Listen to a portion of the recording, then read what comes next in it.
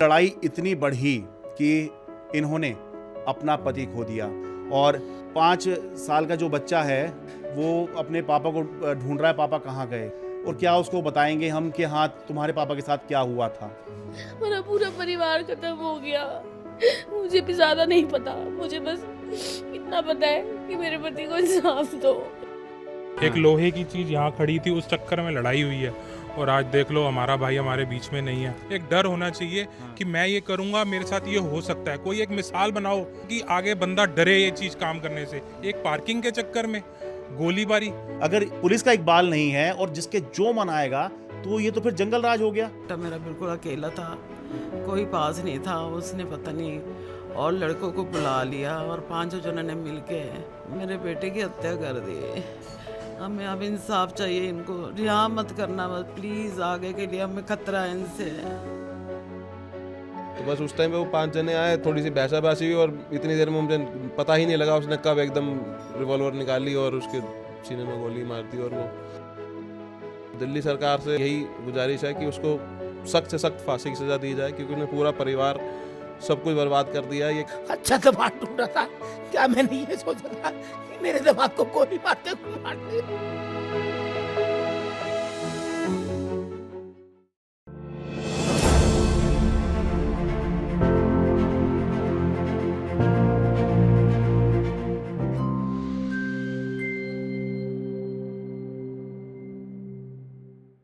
नमस्कार, मैं हूं शरद शर्मा। आप देख रहे हैं शरद शर्मा ऑन ग्राउंड। दिल्ली में एक ऐसी घटना हुई है जिसे सुनकर दिल्ली का ही नहीं देश का हर मिडिल क्लास व्यक्ति सिहर उठा है। और केवल मिडिल क्लास नहीं, जो भी व्यक्ति इस घटना के बारे में सुन रहा है वो सुन के यही सोच रहा है क्या ऐसा भी हो सकता है। एक हत्या हुई है। अभी तक हमने सुना है हत्याएं किन किन मामलों को लेके होती है। हत्याएं होती हैं प्रॉपर्टी विवाद में, पैसे के लेन देन को लेकर, प्रेम प्रसंग में, या फिर कोई सुपारी देकर किसी का मर्डर करवाता है। लेकिन पूर्वी दिल्ली के प्रीत विहार में मात्र पार्किंग विवाद को लेकर हत्या कर दी गई। संडे और मंडे यानी कि 19 और 20 अप्रैल, रविवार और सोमवार की जो दरमियानी रात थी, उसमें पूर्वी दिल्ली के प्रीत विहार में पार्किंग को लेकर एक विवाद हुआ। नैयर फैमिली यहाँ पर रहती है। यहाँ पर जो शख्स रहते थे, इन्होंने अपने भाई को नोएडा से बुलवाया कि भाई लड़ाई हो रही है, आप आ जाइए। और ये लड़ाई इतनी बढ़ी कि इन्होंने अपना भाई खो दिया और इन्होंने अपना पति खो दिया। अब ये कहानी जो है यहीं ख़त्म नहीं होती। आप सोच के देखिए कि एक व्यक्ति कभी अकेला नहीं होता है, उसके साथ एक पूरा परिवार होता है। अब जैसे जिनका मर्डर हुआ है, जिनकी हत्या हुई है, वो पंकज नैयर अपने पीछे अपनी पत्नी को छोड़ गए हैं। 5 साल का उनका बेटा है और 7 महीने ये गर्भवती हैं। अब सोच के देखिए कि 5 साल का जो बच्चा है वो अपने पापा को ढूंढ रहा है, पापा कहाँ गए। और जो बच्चा अभी दुनिया में आया भी नहीं है, वो जब कल को दुनिया में आएगा वो किसको पापा बुलाएगा। और क्या उसको बताएंगे हम कि हाँ तुम्हारे पापा के साथ क्या हुआ था। कैसे बता पाएंगे। अब ये रिपोर्ट करना बहुत मुश्किल है, लेकिन ये रिपोर्ट करना बहुत ज़रूरी है। आपके साथ जो हुआ है, देखिए हम एक सभ्य समाज में किसी दुश्मन के साथ भी हम ये उम्मीद नहीं करते हैं कि भाई उसके साथ ऐसा हो। तो मैं ज़्यादा पूछूंगा नहीं, लेकिन आप इस मौके पर क्या कहना चाहेंगी? सर, मैं एक ही चीज़ कहना चाहती हूँ कि हम लोग अभी भी इतने शॉक में हैं कि हमें अभी भी यकीन नहीं हो रहा कि कैसे हो गया और ये हो गया। मैं बस हाथ जोड़ के अपने जुडिशरी और लॉ से इंसाफ मांगना चाहती हूँ अपने 5 साल के बच्चे के लिए, अपने होने वाले बच्चे के लिए, कि क्यों मारा मेरे हस्बैंड को। मैं चाहती हूँ कि उन्हें सख्त से सख्त सज़ा मिले, उन्हें फांसी हो। क्यों किसी की फैमिली को ख़त्म करने से पहले कोई क्यों नहीं सोचता। उन्होंने सिर्फ पंकज को नहीं मारा, उन्होंने हम सबको मार दिया है। मेरे बच्चे तक को मार दिया। मैं अपने 5 साल के बच्चे को अभी तक लाई नहीं हूँ। क्यों? मैं उसे क्या बोलूँ पापा कहाँ गए? मैं उसे नहीं बता सकती कि पापा कभी नहीं आएंगे। कल भी वो मैंने उसे थोड़ी देर के लिए बुलाया तो उसने बोला मम्मा पापा आ गए। मैं क्या बोलूँ पापा कब आएंगे, कैसे आएंगे, कहाँ से आएंगे। मेरा पूरा परिवार खत्म हो गया। मुझे बस इंसाफ चाहिए। मुझे भी ज़्यादा नहीं पता, मुझे बस इतना पता है कि मेरे पति को इंसाफ दो प्लीज़ दो। अब देखिए, सोच के देखिए, मतलब मतलब एक समाज में रहते हैं, कोई मतलब आप सोच के देखिए विवाद क्या ही हुआ होगा। हम ये कह दें कि कहानी कुछ ऐसी नहीं होगी, ऐसे हुई होगी, ये भी सोच लीजिए, लेकिन किसी की हत्या जो है वो आप कैसे जस्टिफाई कर सकते हैं? आप कैसे कर सकते हैं?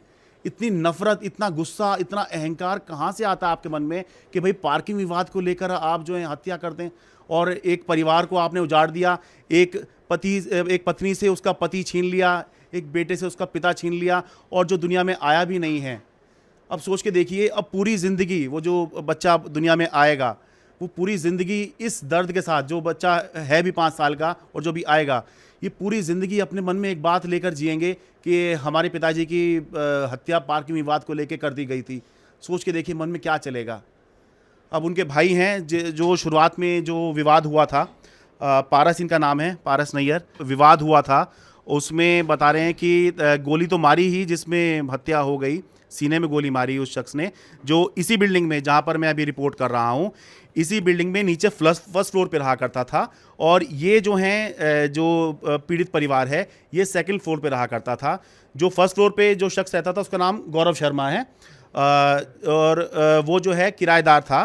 तो गाड़ी खड़ी करने को लेकर विवाद था, और कहा सुनी हुई विवाद हुआ, और उसमें देखिए इनके चेहरे पर दिखाई दे रहा है ये मारपीट भी हुई है। कैसे, थोड़ा बताइए अपने शब्दों में जी। और जब उन्होंने मेरे भाई को गोली मारी तो फिर वो गिर गया, तो मैं अपने भाई को बचाने लगा। हाँ। इस बीच में उसने अपने हथियार से मेरे को मारा, और एक बार मुझे भी शायद गोली मारने की कोशिश करी, लेकिन मुझे इतना ज़रूर पता है कि उसने मुझे अपने हथियार से मारा, घूसे से ही मारा, अच्छा। और लगातार मारता गया। और फिर उसके बाद मैं बड़ी मुश्किल से अपने भाई को गाड़ी में डाल के हॉस्पिटल लेके गया, जहाँ उसने दम तोड़ दिया। ये शुरुआत कहाँ से हुई थी? क्या पहले से भी विवाद चला करता था आप लोग का पार्किंग का? नहीं, पहले कभी कोई ऐसा विवाद कभी नहीं हुआ। अच्छा। बस यही है कि उसी दिन ही इतवार की रात को ही उसका एक बार कॉल आया कि उसको गाड़ी लगानी थी। तो मैंने उसको कहा कि भाई मैं अभी हूँ नहीं, तो मेरा साथ वाला घर है, तो उसके वहाँ पे पार्किंग में अपनी गाड़ी लगा दे। अच्छा। उसने वहाँ पे गाड़ी लगा दी। उसके बाद थोड़ी देर उसका दोबारा कॉल आया कि मुझे दूसरी गाड़ी लगानी है, तो मैंने कहा थोड़ी देर फिर तुम रुको, मैं आ रहा हूँ, फिर लगाता हूँ। और जैसे ही मैं आया, वो मेरे से माँ बहन की गालियाँ और उल्टी सीधी बातें मेरे साथ करने लग गया। लेकिन फिर भी मेरे घर में कोई था नहीं, मैं घर में अकेला था उस टाइम पे। मेरे माँ बाप गए हुए थे, तो मैं घर में अकेला था। तो फिर मैंने उस बात को ज़्यादा ना बढ़ाते हुए उस चीज़ को वहीं पे सेटलमेंट कर लिया, और मैं चुपचाप अपने घर पे आ गया। अच्छा।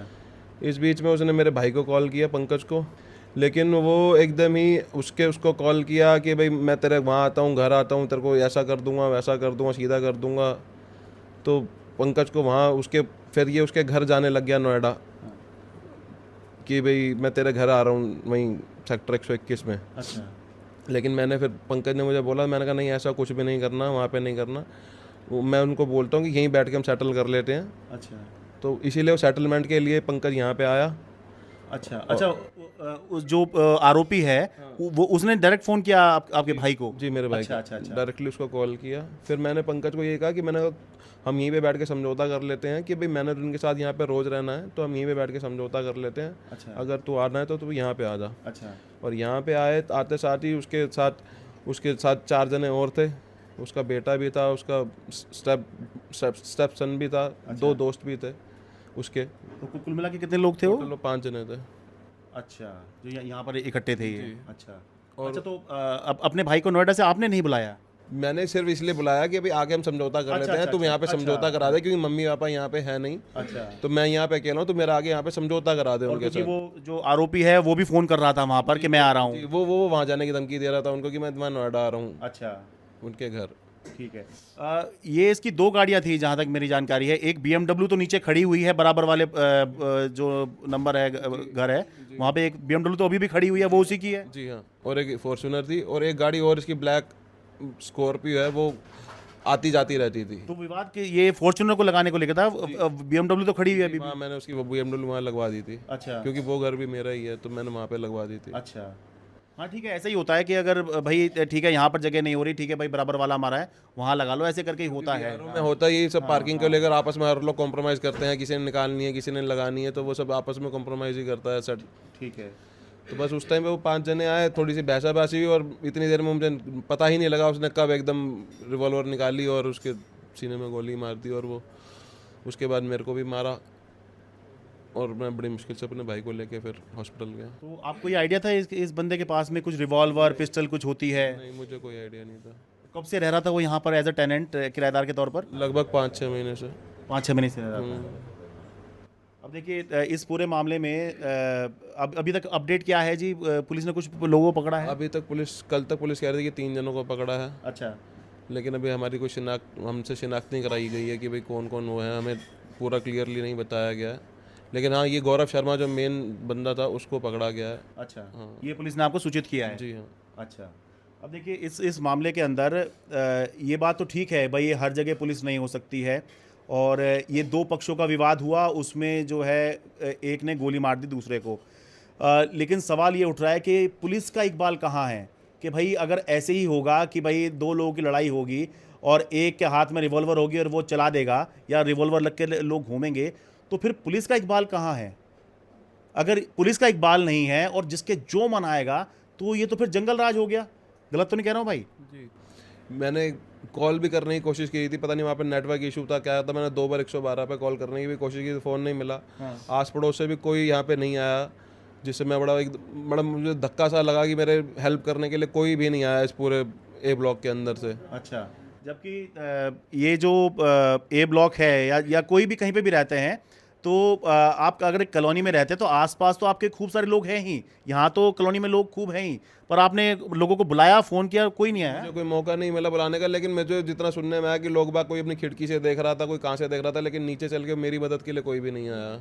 अगर मतलब आ जाते तो शायद मेरे भाई की जान बच सकती थी। देखिए और होता भी है कि कहीं कोई लड़ाई हो रही होती है तो कुछ लोग आके बीच बचाव करते हैं। देखिए ये समाज में होने का ये एक बहुत बड़ा जो है आप फ़ायदा कह लीजिए या एक परंपरा कह लीजिए कि भाई कहीं कुछ लड़ाई होती है, कुछ विवाद होता है तो लोग आके लड़ाई छुटवाते हैं। लेकिन यहाँ पर ये समस्या हुई कि भाई लोग अपने शायद घरों से ही नहीं निकले। और रात के कितने बजे की घटना थी ये?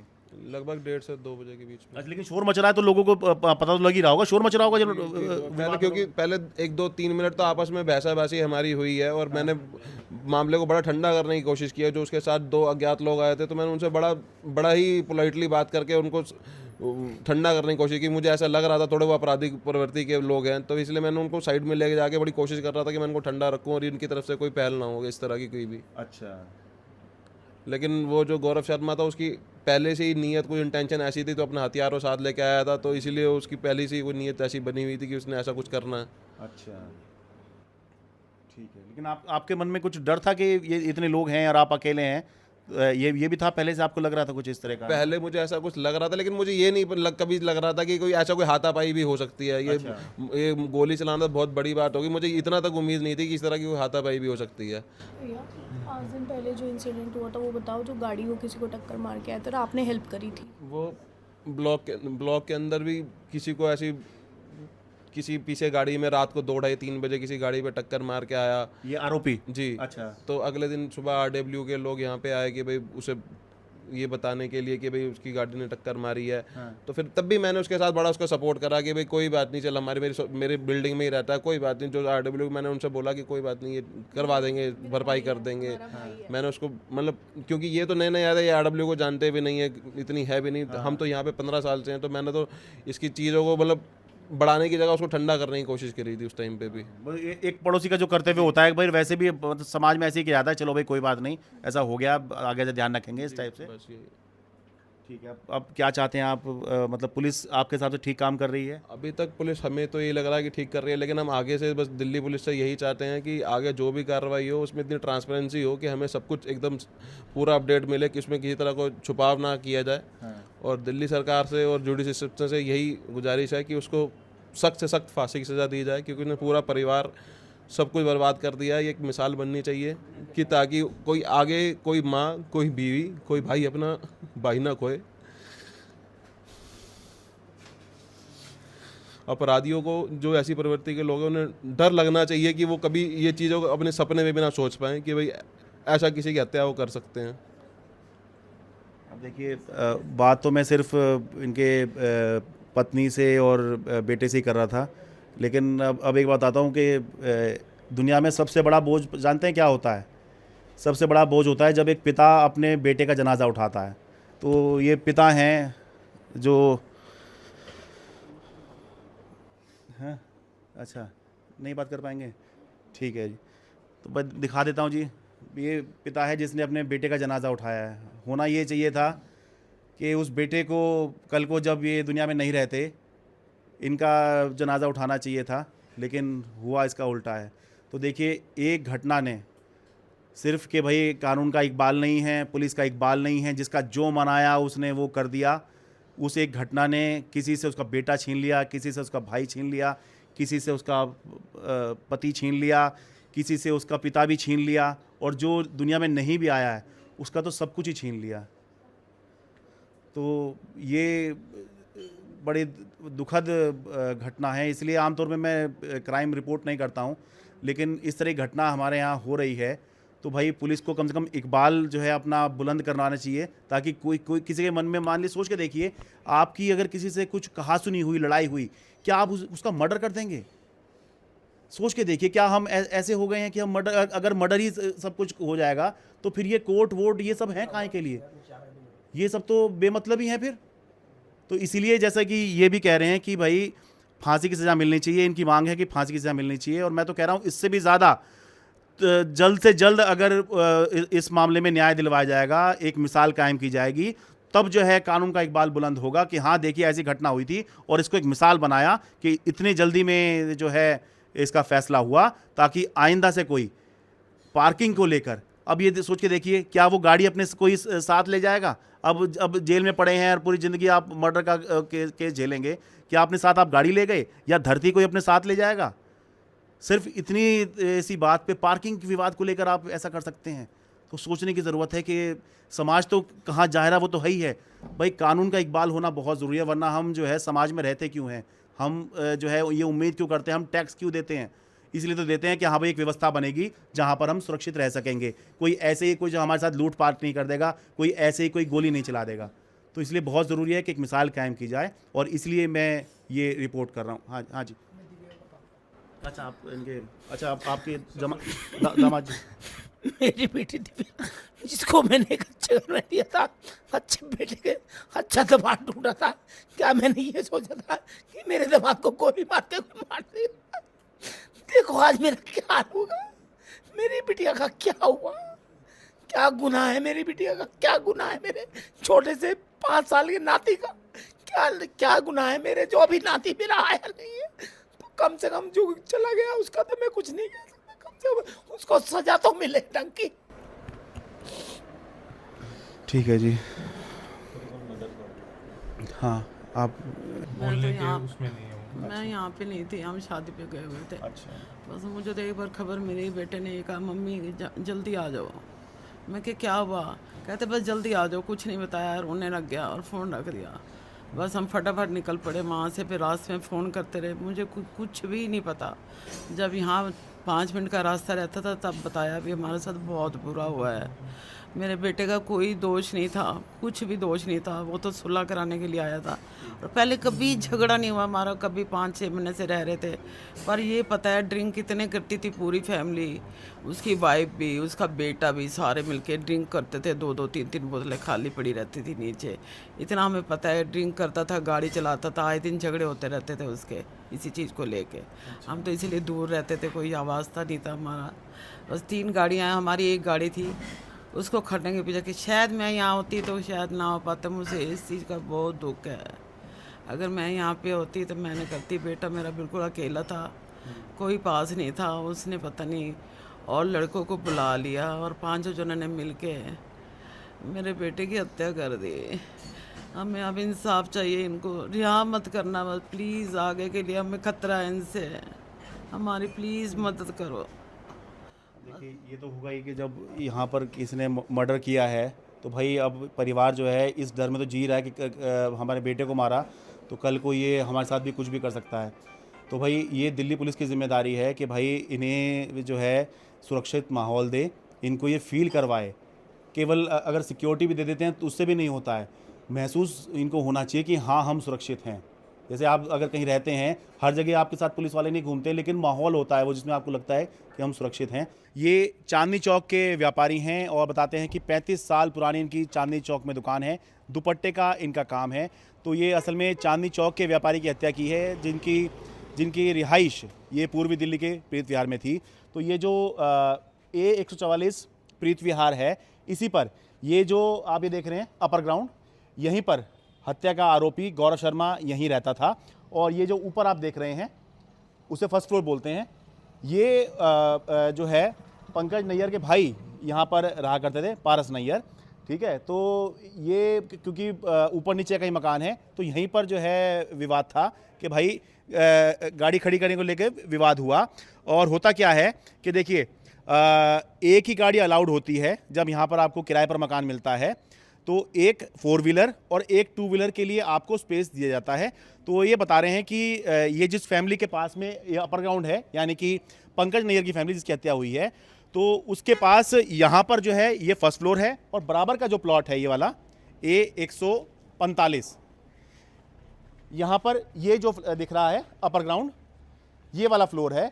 तो इस फैमिली का कहना है कि भाई हमने ऑलरेडी उसकी एक गाड़ी BMW जो अभी भी खड़ी हुई है, देखिए ये खड़ी हुई है, यहाँ पर लगवा दी थी। यानी कि जो एक गाड़ी लगाने की समस्या है वो तो सॉल्व थी और गाड़ी अभी भी खड़ी है। लेकिन जो विवाद आया वो दूसरी फॉर्च्यूनर पे आया और उस शख्स ने गाड़ी यहाँ पर इस तरह से खड़ी कर दी थी सीधे करके कि भाई तो मेरी गाड़ी नहीं लग रही, तो यहाँ पर जो है ऐसे लगा दी कि गाड़ी किसी और की भी नहीं यहाँ से निकल सकती। तो विवाद हुआ था और यहीं पर ये देखिए ये जगह है, यहीं पर गोली मारी गई। अभी भी देखिए यहाँ पर सर्कल आउट किया गया है, उसके कुछ निशान बचे हुए हैं यहीं पर। तो ये सब घटना यहाँ पर हुई है। अब ये देखिए आसपास, एक बार ज़रा कैमरा घुमा दो ज़रा, आसपास इतने लोग हैं, विवाद हुआ, देखिए बड़े बड़े मकान हैं, फ्लोर्स हैं, विवाद हुआ यहाँ पर। लेकिन बताते हैं कि कोई भी आस पड़ोस का जो व्यक्ति है वो यहाँ पर नहीं आया था। आप रिश्तेदार हैं जी उनके? जी, मैं उसका चचेरा भाई हूँ। अच्छा, तो कोई आस पड़ोस के लोग ने बीच बचाव नहीं किया जब ये सब चल रहा था? हाँ? नहीं, बीच बचाव नहीं किया, हाँ। बिल्कुल कोई भी नहीं आया मदद के लिए। तो शायद अगर बीच बचाव करते, समाज बीच में आता तो शायद कुछ हो सकता था। शायद मेरा भाई आज जिंदा होता। हाँ, आप बताइए, आप कौन हैं? मैं उनका फ्रेंड हूँ। हाँ। और मेरा तो सर एक सवाल है प्रशासन से आज, कि हमारे समाज में इलीगल वेपन्स इतने इजी अवेलेबल कैसे हैं? एक बंदा इलीगल वेपन रखता है, फ़ोन करके मेरे भाई को बुलाता है और इतनी हिम्मत रखता है, ऐसी कौन सी पावर उसके साथ जुड़ी है? पैसा होना सब कुछ नहीं है, एक पावर चाहिए किसी को शूट करने के लिए। उसके पास ऐसी कौन सी पावर जुड़ी हुई थी जो इलीगल वेपन से वो बुला के गोली मार देता है? लड़ाई झगड़े कहाँ नहीं होते, गाली गलौज कहाँ नहीं होती। इसका मतलब ये नहीं है कि मेरा भाई अपनी जान गंवा दे। और प्रशासन इलीगल वेपन रखने वालों को या इनकी तस्करी करने वालों को क्यों नहीं पकड़ता? आज विवाद हमारे साथ है, कल ये विवाद शांत हो जाएगा, मगर कल मीडिया में कोई एक नया केस आएगा, मगर ये वेपन की तस्करी और लोगों की जान जाती रहेगी। और आपको लग रहा है ये वेपन इलीगल था इनके पास में? मेरी समझ से इलीगल वेपन था। अच्छा। बाकी हमारा प्रशासन बैठा है इन सब चीज़ों की जानकारी लेने के लिए। एक गाड़ी को लेके गोली मारना तो बहुत बड़ा अपराध है जी। मतलब उनका तो कुछ नहीं किया, उनकी तो फैमिली भी यही है, उनकी गाड़ियाँ भी यही हैं, आने वाले समय में वो भी यहीं खड़े होंगे, मगर हमारा तो सब कुछ चला गया जी। आप बताइए, आप क्या कह रहे थे? मैं कहता हूँ जी, एक लोहे की चीज़ के लिए लड़ाई हुई है। एक लोहे की चीज़ यहाँ खड़ी थी, उस चक्कर में लड़ाई हुई है। और आज देख लो हमारा भाई हमारे बीच में नहीं है। भाई था, जान था, डार्लिंग था, सब कुछ था वो हमारा। मतलब पूरे दिन सुबह शाम हम आपस में बात करते थे। अब मेरे को कहता है कि कल मिलेंगे। अब वो कल पता नहीं कल मिला मेरे को, बट डेड बॉडी में मिला मेरे को। मैं तो यही मांग चाहता हूँ जी, फांसी मिले उसको, ऐसे बंदे को। जो पहले ही उस पर 3 केस चल रहे हैं ऑलरेडी। अच्छा। और 3 केस चल रहे हैं जो सुनने में आया हमें, और वो अभी भी बाहर है। वो फिर कोई किसी माँ का लाल, किसी और किसी का भाई छीन ना ले, किसी का कोई वो छीन ना ले। मेरी बहन दिव्या जो इस टाइम इस हाल में है, प्रेग्नेंट है, मुझे नहीं पता बच्चा आएगा उसको क्या जवाब दिया जाएगा, क्या होगा मुझे नहीं पता। मेरे भाई को इंसाफ दिलवाया जाए, मैं आपसे यही मांग चाहता हूँ कि मेरे भाई को इंसाफ दिलवाया जाए। आपके तो ब्रदर इन लॉ थे, आपके जिया जी थे आपके? मेरे जीजा जी थे जी। मैं आज सुबह भी जब आया तो मेरा जो भांजा यानी पंकज जी का बेटा मेरे घर पे है, वो लड़का खेल रहा है, उसे पता ही नहीं है कि उसके पापा के साथ हुआ क्या है। वो कह रहा है, बार बार बीच में बात आती है कि पापा के पास जाना है, पापा के पास जाना है, क्लियो काउंटी जाना है। किस बात पे उस पर जवाब दें सब। चलो मैं कहता हूँ इंसाफ भी मिल गया, क्या उस लड़के को क्या जवाब दिया जाए और उस बच्चे का क्या होगा जो अभी आया ही नहीं, जो बिना बाप के इस दुनिया में आएगा। ठीक है, आप वो दर्द समझते हैं। मेरी सिस्टर है, बहुत विल पावर वाली लड़की है वो। अगर वो अपने आप को नहीं संभाल सकती तो मैं आपको गारंटी देता हूँ इस बात की कि एजुकेटेड भी है, सब कुछ है, अगर वो नहीं संभाल पा रही अपने आप को तो कोई और क्या संभाल पाएगा। तो ये मामला बहुत ज़्यादा गंभीर है। मीडिया में रोज़ हर 10 मिनट में एक नई न्यूज़ आती है, पर जो भी ये देख रहे हैं थोड़ी सी गहराई में जाइए और समझिए कि हम किस सराउंडिंग में रह रहे हैं। ठीक है, क्या वातावरण हो चुका है, और ये सिर्फ एक केस ना बन के रह जाए। उसके लिए तो एक +1 हो गया, ये 2 केस थे, अब 30 हो गया, 3 हो गया, हो सकता है कल को चौथा भी हो जाए। हम बस ये चाह रहे हैं कि इसके लिए बस एक एड ऑन केस ना हो, उसे एक्चुअल में रियलाइज़ हो कि हाँ भाई मेरे साथ हुआ है, और बाकियों के लिए एग्जाम्पल बने। चलो हमारी सिस्टर के साथ जो हो गया, हमारे भांजे के साथ जो हो गया, किसी और का भांजा बिना अपने बाप के नहीं ज़िंदगी काटे। और इस मामले में मिसाल इसको बनाने इसलिए जरूरी से मैंने कहा कि भाई कल को दोबारा ये ना हो कि भाई अगर ऐसा ही चलता रहे तो इसे जंगल राज बोलते हैं। ठीक है, कोई भी अगर ये देखेगा कि कुछ नहीं हुआ तो फिर ये तो ऐसे ही चलता रहेगा। वरना अगर ये मिसाल बन जाए कि भाई साहब ऐसा हुआ था तो ये हो गया, डर बैठे, तो एक डर बैठे किसी को क्राइम करने से पहले एक डर होना चाहिए कि मैं ये करूंगा, मेरे साथ ये हो सकता है। कोई एक मिसाल बनाओ, कोई एक ऐसी चीज कर दो कि आगे बंदा डरे ये चीज काम करने से। एक पार्किंग के चक्कर में गोलीबारी, अरे यार क्या ही मतलब, क्या ही बोला जाए। अगर उसे और उसके साथियों को ढंग से सज़ा नहीं होती है तो कल को हमारी फैमिली को दोबारा खतरा हो सकता है।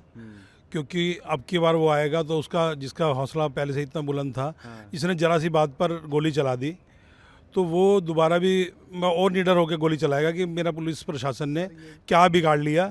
तो हम अपनी न्यायपालिका से बार बार ये अपील करते हैं कि उसको अच्छे से इंसाफ मिले और उसको सबको पांचों बंदों को फांसी की सज़ा मिले। हाँ जी सर, जैसे उसके पिछले भी 2 केस हैं, पूरा आइडिया नहीं किस चीज़ के है। हो सकता है वो केस ऐसे ही दबाता हो बाद में, डरा धमका कर, गवाहों को डरा धमका कर, फैमिली पे प्रेशर करके, जिसका एक लड़का पहले ही जा चुका हो सकता है उसे प्रेस करे कि तुम केस में कमज़ोर पड़ो। तो वो सब चीज़ों की हमें सिक्योरिटी चाहिए। अब आज हमारे साथ मीडिया है, आज सब कुछ है, बट हमें नहीं पता 6 महीने बाद कोई हमें पूछने वाला होगा या नहीं होगा। ये बात बिल्कुल सही कह रहे हैं। अभी तो मीडिया है, अभी तो बहुत सारे चैनलों ने कवर किया है। कल को जो है सब अपने अपने उसमें बिजी हो जाएंगे, और होता ही है कि घटना हो गई, रिपोर्ट हो गई, चलिए काम ख़त्म, जिम्मेदारी भी ख़त्म। इसलिए बहुत ज़रूरी है, और देखिए होता भी ऐसे ही है, इसलिए बहुत ज़रूरी है कि भाई कानून का, पुलिस का इकबाल हो, ताकि कोई वारदात करने से पहले 100 बार सोचे कि भाई तूने अगर ये किया तो तेरे साथ तेरा ये बुरा हश्र होगा। अब ये डर नहीं है, इसलिए तो ये मर्डर करके गया है। ठीक है, अब चलिए ये हो गया तो कम से कम ये तो मिसाल बना दो कि भाई ऐसा हुआ था तो फिर उसका हश्र किया गया, ऐसे जो है उसको अंजाम तक पहुंचाया गया। तो अब यही मिसाल बना दो, तो बहुत ज़रूरी है। तभी हम लोग जो हैं, जो समाज में रह रहे हैं, तभी कानून का इकबाल होगा, तभी पुलिस का इकबाल होगा, तभी हम लोग एक सुरक्षित माहौल में जीवन जी पाएंगे। और सबसे पहले इस परिवार को सुरक्षित महसूस होना बहुत ज़रूरी है, क्योंकि जिसका कोई गया है वो तो हर पल एक तो खुद इमोशनली टूटे हुए हैं, और दूसरी तरफ सिक्योरिटी की है कि भाई जिसने एक मर्डर किया है, हाँ, वो हो सकता है कुछ और भी करने की सोचे, या उसके जो दोस्त रिश्तेदार हैं वो कुछ और भी सोचें कि भाई कैसे इस केस को जो है कमज़ोर किया जाए, कैसे जो हैं गवाह जो हैं तोड़े जाएं। ये सब भी जो है पुलिस को, सरकार को, दिल्ली सरकार को बहुत ध्यान देना चाहिए। हाँ जी, एक बहुत लास्ट एक इम्पॉर्टेंट चीज़ है, जैसे ये मकान किराए पे दिया गया था, और सुनने में आता है जो इसके ऑनर है वो इंडिया के बाहर रहते हैं। अच्छा। मेरे को तो लगता है बिना वेरिफिकेशन के ये चढ़ा है। हाँ। चलो जो हो गया, हमारा लड़का, हमारे जीजू चले गए। मेन बात ये है ये खाली हो, क्योंकि ये भी तो हमारे लिए एक थ्रेट है। नीचे ही हम ऊपर नीचे रह रहे हैं उसी बंदे के साथ, और वो कितना मुश्किल है रोज़ फेस करना कि यहाँ यही हत्यारे थे जो हमारे घर का लड़का ले गए, उनको रोज़ फेस करना। तो ये इमीडिएटली एक एक्शन होना चाहिए जो इमीडिएटली खाली कराना चाहिए। ये जो दिखा रहा था, देखिए ये अपर ग्राउंड, ये अमित खन्ना यहाँ पे नाम लिखा हुआ है, यानी कि ये अमित खन्ना जी के ये किराएदार थे, ये जिसने हत्या करी है, जो हत्या के आरोपी है। और ये जीवन नैयर, ये नैयर फैमिली है जो ये देखिए यहाँ रहती है। तो ये यहाँ पर जो है ऊपर नीचे के फ्लैट समझ लीजिए, फ्लोर समझ लीजिए, इसमें ये सब हुआ है। तो इसीलिए जो है मिसाल बनाना इस मामले को बहुत ज़रूरी है, इसलिए मैंने इस वीडियो को इतना समय दिया है। पूर्वी दिल्ली के पीत विहार से अपने कैमरा सहयोगी अमन कुमार के साथ मैं शरद शर्मा।